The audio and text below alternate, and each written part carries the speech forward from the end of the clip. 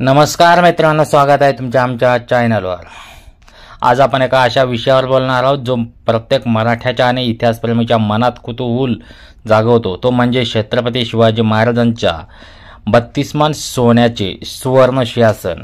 हे सिंहासन खरोखरच होते का, आणि जर होते तर त्याच्या पुढे काय झाले? आजच्या या व्हिडिओत आपण या रहस्याचा मागोवा घेणार आहोत। 1674 6 जून 1674 रोजी रायगड किल्ल्यावर छत्रपती शिवाजी महाराजांचा भव्य दिव्य राज्याभिषेक झाला। हा सोहळा म्हणजे मराठा स्वराज्याच्या स्थापनेचा काही ऐतिहासिक क्षण होता। या सोहळ्यासाठी एक खास 32 मान वजनाचे सोन्याचे सिंहासन तयार करण्यात आले। हे सिंहासन पोलादपूर येथील रामजी दत्त चित्रे यांनी घडवले होते आणि त्यावर मौल्यवान रत्न, हिरे आणि माणके जडवलेली होती। पण 32 मन म्हणजे नेमके किती? इतिहासकारांनुसार 1 मन म्हणजे साधारण 4.5 किलो, म्हणजे सिंहासन अंदाजे 144 किलो सोन्याचे होते। काही नोंदीनुसार 1 मन म्हणजे 40 किलो असाही उल्लेख आहे, म्हणजे 1280 किलो, पण 144 किलो हा आकडा अधिक विश्वासार्ह मानला जातो। हे सिंहासन फक्त सोन्याचे नव्हते, तर आतून वड आणि औदुंबरासारखा पवित्र वृक्षांच्या लाकडापासून बनवलेले होते, ज्यावर सोन्याचा पत्रा मडवलेला होता।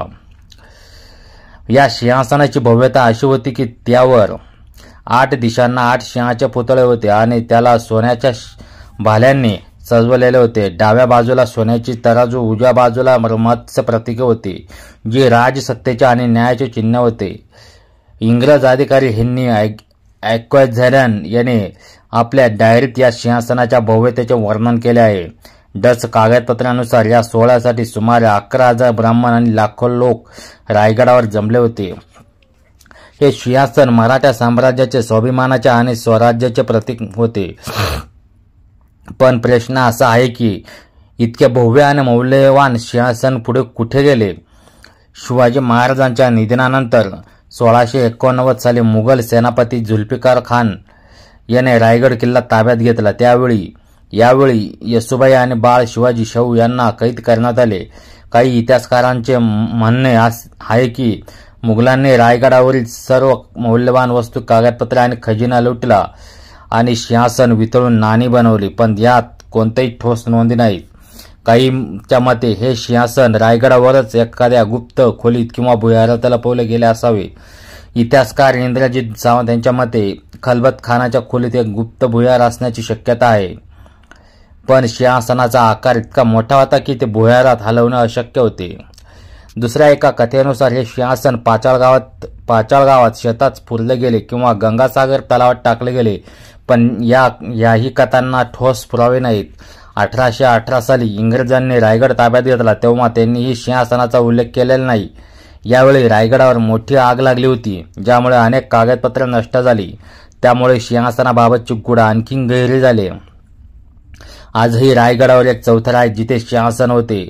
तिथे 3 बेसाल्ट दगड आहेत जे इतिहासाचे साक्षीदार मानले जातात। काहींच्या मते मुघलांनी सिंहासन वितळण्यासाठी याच ठिकाणी चूल मांडली होती, पण ठोस पुरावे हे केवळ तर्क आहेत। शिवप्रतिष्ठानचे संभाजी भिडे यांनी 2017 साली 32 मन सोन्याचे सिंहासन पुन्हा बसवण्यास संकल्प जाहीर केला। त्यांनी लोकवर्गणीतून हे सिंहासन रायगडावर पुन्हा स्थापित करण्याचे ठरवले, पण काहींनी या संकल्पावर प्रश्नचिन्ह उपस्थित केले आहे, विशेषतः निधीच्या वापराबाबत। तरीही हा संकल्प अनेक शिवभक्तांना प्रेरणा देतो। या सिंहासनाचे रहस्य